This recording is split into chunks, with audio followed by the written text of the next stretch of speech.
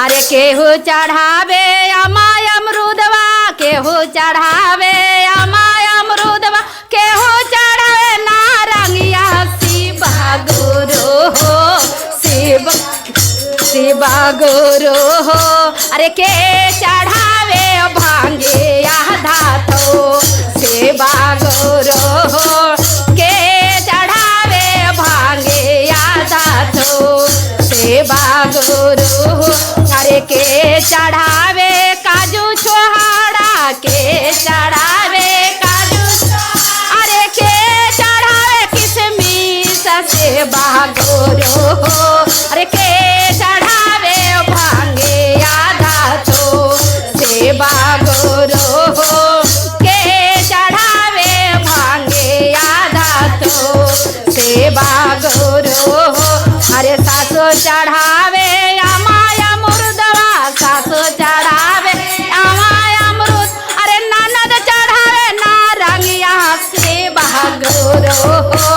अरे हम चढ़ाए भांगे आधा तो शिवा गुरु हो, हम चढ़ाए भांगे आधा तो शिवा गुरु हो, हम चढ़ाए भांगे आधा शिवा गुरु। अरे के मांगे आना धाना, के मांगे रतिया शिवा गुरु हो। अरे के मांगे प्रेम के जड़िया शिवा गुरु हो। अरे के मांगे प्रेम के जड़िया शिवा गुरु हो, के मांगे प्रेम के जड़िया शिवा गुरु हो। अरे सासो मांगे आना धान, गोतनी मांगे संपतिया शिवा गुरु हो, गोतनी मांगे संपतिया शिवा गुरु हो। अरे हम मांगे प्रेम के जड़िया शिवा गुरु हो।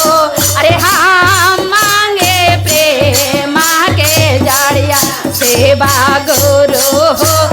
के मांगे बेटा पोता हुआ, के मांगे बेटा पतोहिया, के मांगे भतीजवा शिवा गुरु हो।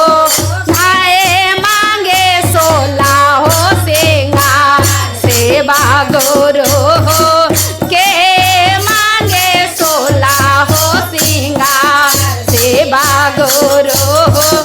अरे सासो मांगे बेटा पतोहिया, सासो मांगे बेटा पतो, ननद मांगे भतीजवा शिवा गुरु हो, हम मांगे 16 हो सिंगार शिवा गुरु हो, हम मांगे 16 हो सिंगार शिवा गुरु हो, हम मांगे 16 हो सिंगार शिवा गुरु।